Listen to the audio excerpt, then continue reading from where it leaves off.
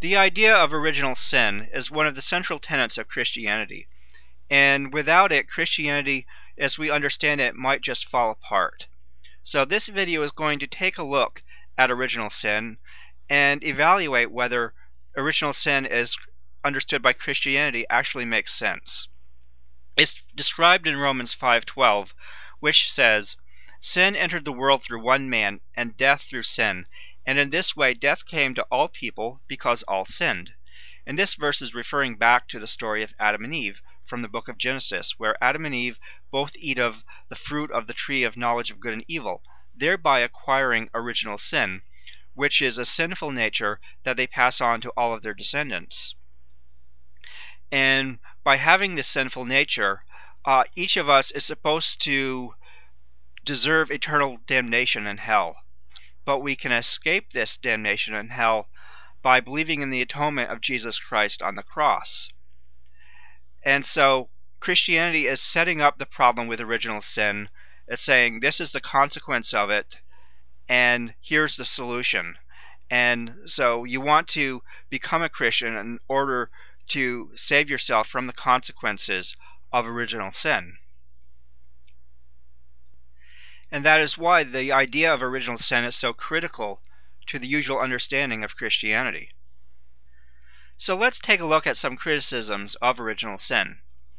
In Galt's speech from Atlas Shrugged, Ayn Rand writes, "Your code begins by damning man as evil, then demands that he practice a good which it defines as impossible for him to practice."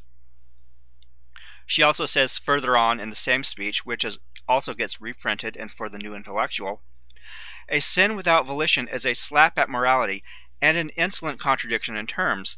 That which is outside the possibility of choice is outside the province of morality." So she's criticizing the idea of original sin as saying it makes us inherently evil and it takes away our free will so that we cannot help but do evil. And this points to a particular conception of evil, which is that it's an addition to our human nature, that evil is some substance which is added to us and makes us do bad things. And if we could get that extracted from us, we would no longer be evil. And this is contrasted with the idea that evil is a privation, that we do evil not because of something called evil which has made its way inside of us, but because we're imperfect, that we cannot do good as well as we would like to, and so we end up doing evil out of imperfection, out of an absence of good. The Catholic St. Augustine argues that evil is in fact a privation. He says, "In the bodies of animals, disease and wounds mean nothing but the absence of health."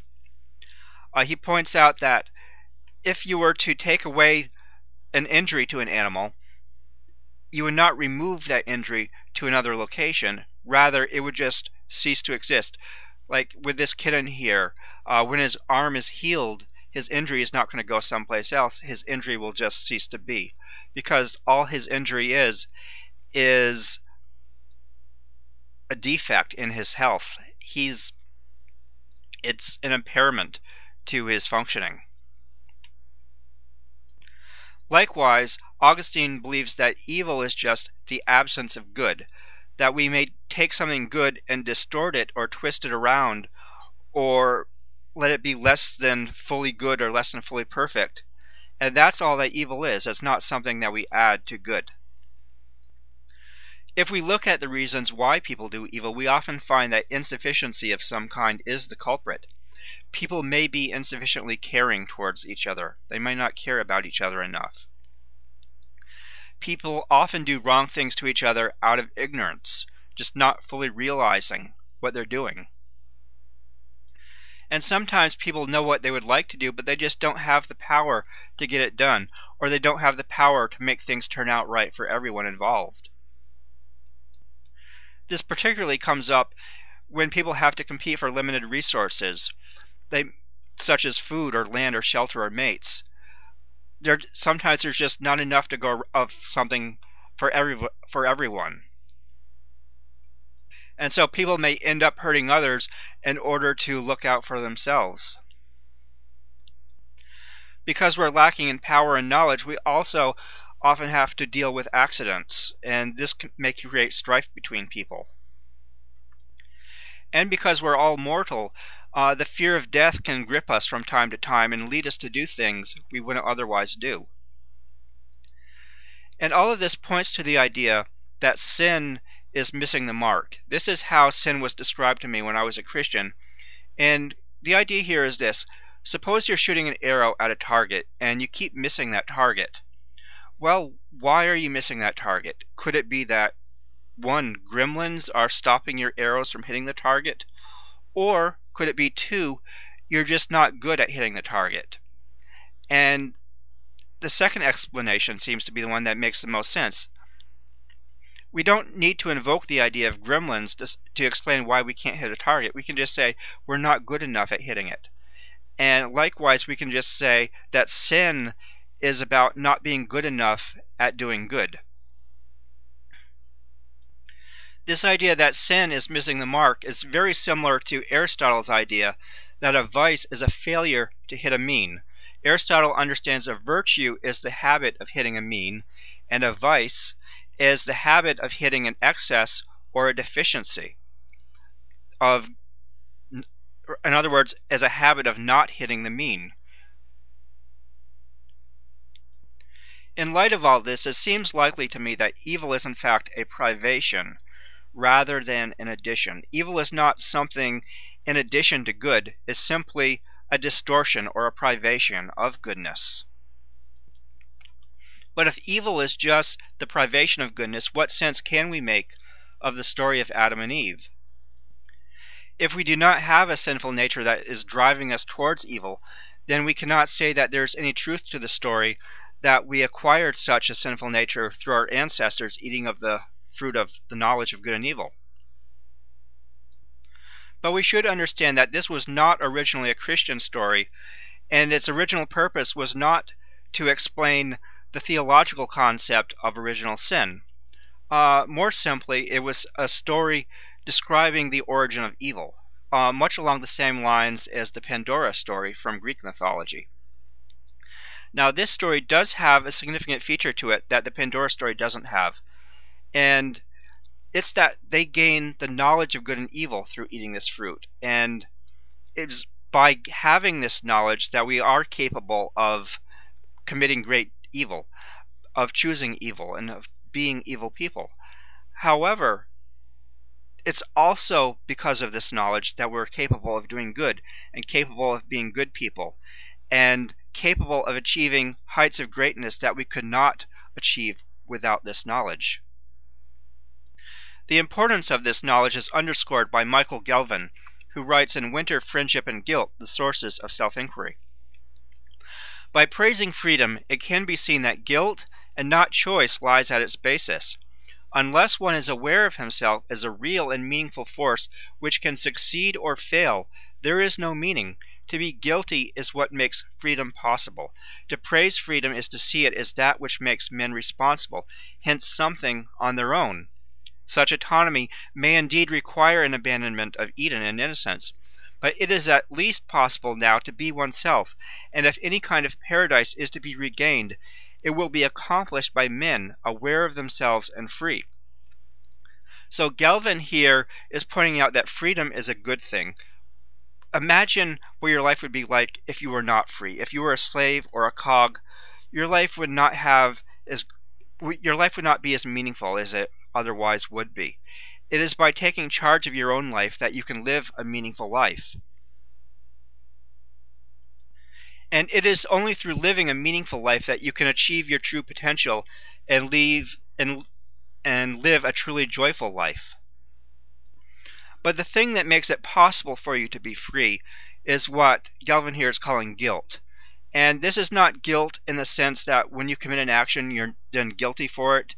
And it's not guilt in the sense that you feel guilty for having done something.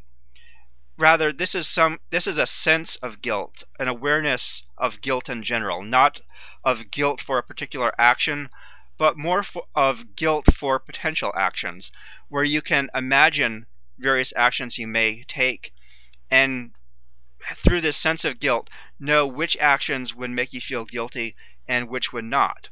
And this sense of guilt comes from the knowledge of good and evil.